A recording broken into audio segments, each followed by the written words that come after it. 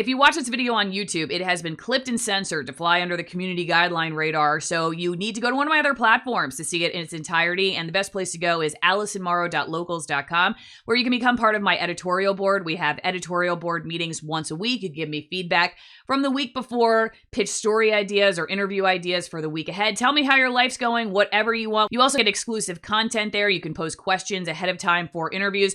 So go to alisonmorrow.locals.com, but whatever you do, don't stay here on YouTube. The full truth is somewhere else. All right. I have the CEO of Rokfin on, so hopefully Rokfin's going to work for me right now. Right, Martin? Because I'm trying something new. I'd love to get Owen on, too. It would have been cool to have both of you, but you guys already kind of did this thing together, so people should go to your channel. It's the Bad Ideas podcast, but if they type in your name on Rokfin, it'll come up.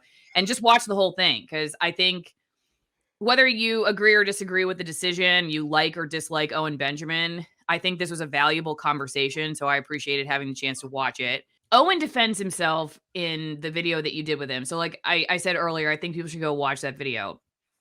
To me, and I've had my audience bring this to me, this is less of an issue of whether you like or dislike Owen Benjamin or what he says versus trying to understand when you call it not a good fit for Rokfin, what does that mean? Because I think a lot of us assumed Rokfin was a place where you could push the envelope.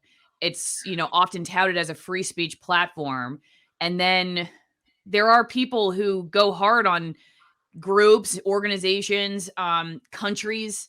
And so why this? Why was this too much? Yeah, no, that's good. So first off, I don't know that we've ever labeled ourselves a free speech platform, and I just want to know what that actually is, right? I mean, a free speech. So free speech. So there are certain things that you can do in the United States that you can't do on our platform, and we explicitly say so. So there is that. So when someone says free speech platform, I just would like the legal what is their definition of that? All right. And so do you have a definition of what a free speech platform is, Allison? And then I can either confirm or deny that, hey, that's what we are. We love free speech. I love free speech. I think it's one of the pillars of what has made everything great. And I hate all of the censorship that is being used by the big tech against people who want to speak out. And we allow people to speak out against a whole host of things on our platform. But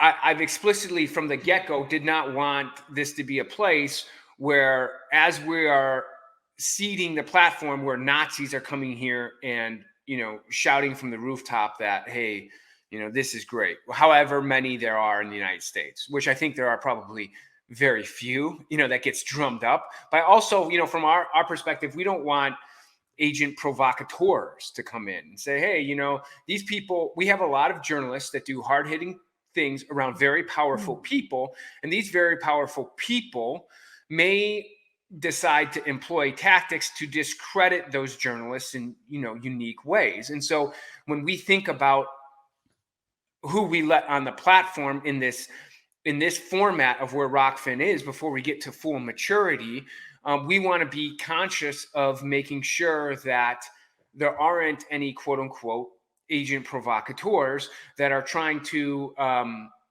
discredit or hurt the income of the journalists that depend on our platform. So with that, we've employed certain terms of service that we feel protect people's creativity to go after establishment, but also protect us against quote unquote, what might be agent provocateurs or something else that could hurt the livelihood of the people that are doing very important things. So it's a very difficult situation. And we hope that we can move more and more to a definition of a platform that allows anything that is legal. And as we get scale, we want to move more and more towards that. But, our internal dilemma is protecting people like you, protecting people like Whitney Webb, protecting people who go against very established, very powerful people, and making sure that they're not grouped in with other other folks that don't necessarily add any value to the platform as we go right now, because we review every submission. It's not like we're a YouTube, or not like we're like an ODYSEE or other platforms where anybody can upload. I recommend to keep the honesty with your audience, to say, don't make fun of Jews or blacks. Just go at Christians, whites, vaccines, because if you're clear, they won't. Because right now, a lot of people on your platform are like, when the is Marty going to kick me off? Like, I like Owen. I like his jokes.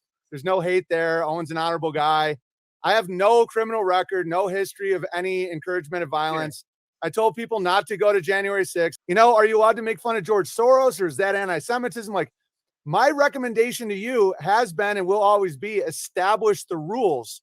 Right now, I would feel more comfortable touring in Saudi Arabia and China than America, because at least there they say, don't say this, don't say this, don't say this. And I'd say, no problem. In America, it's like, well, there's a gray area and it's based on my opinion and my level of understanding of something I don't understand. And that's just nonsense. For all you wine drinkers out there, go get one of my favorite Malbecs from Argentina and support free speech and my channel while sipping a robust, high-altitude Malbec. In fact, not only does one of these bottles of wine that you'll get in the trio come from almost 9,000 feet, which gives it a very distinct flavor, another one comes from the oldest vineyard in Argentina, and the third bottle uses natural fermentation. So they're all very unique and they're very good. These are wines that you really can't get at a grocery store. And why would you want to go to a grocery store anyway, when you can go to AllisonWinePromo.com, get 50% off of my favorite wines and 50% off shipping, support free speech while you're at it. One quick question that somebody had brought up was like, if Rokfin's terms of service are technically the App Store's terms of service, then does that make you controlled opposition technically? Because you're saying basically, if the line for us is that we're gonna really, it sounds like for you, one of your biggest concerns was protecting the platform from being able to continue to operate and the creators who are on it, right? So does that really mean then that your terms of service are like the App Store, Amazon's terms of service, or and then in which case are you any better than those distributors? Well, first off, they no matter what their terms go. So I don't, looking at their terms of service, when I look, that's a very good question. But I would say is that their terms of service are much more vague on purpose, right? They create the vagueness of hate speech, right? I mean, they create that. We're trying to be as precise as possible. They create hate speech. They create, and then their implementation of it just sucks.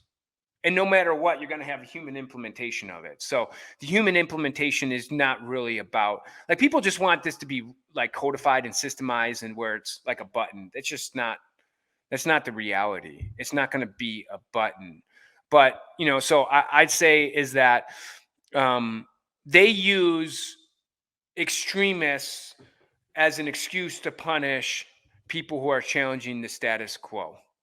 Well, and I don't even know what I don't even know what that means anymore. Extremist. I mean, they use the boogeyman of the Ku Klux Klan, which I don't even know how many are in the United States right now, or Nazis, right? Clearly there's some Nazis, I guess. I'm surprised. I didn't realize how many Nazis there are, and there's Nazis that exist in Ukraine, but they use that boogeyman to attack anybody who's challenging the status quo. We've all seen that, correct? Right. Yeah. Right. And so they use that boogeyman to do that. And so we're saying is okay, well, if that's the boogeyman, then we're fine with that as being the boogeyman, because we're definitely not that, but we're going to stick to that as the boogeyman. And so that's where we have placed it. Ultimately, I was a big fan of the ACLU in defending, the Ku Klux Klan's right to march in Skokie, right? Defended by Jewish lawyers. I mean, to me, reading about that was one of the most inspiring things about America. It's like, no. Everybody gets a chance to do it. But real fast, and I don't want to keep prolonging this particular part of it, because I know you got to go. And like I said, I don't know when my toddler is going to finally absolutely lose it, because she's now putting on my lipstick. Thank God it's non-toxic, from Burt's Bees. Thank you. Not a sponsor yet, but you should look me up, Burt's Bees. Yeah. But anyway, I bet a lot of those guys were Holocaust deniers. So like to go back, you were like Holocaust. We don't allow Holocaust deniers. So how did you come up with your specific things that were Because like I think there's more important things to talk about, right? I don't want that to be shooting in the head of all the different creators that are right now. So yes, everyone's got a line, Allison. Everyone's got a line and what you can do So and is do it not. you We then? drew that line. Okay, is it your line or is there a group of people There's a that's group like, of people. okay, and they all agreed on that? Yes. Okay.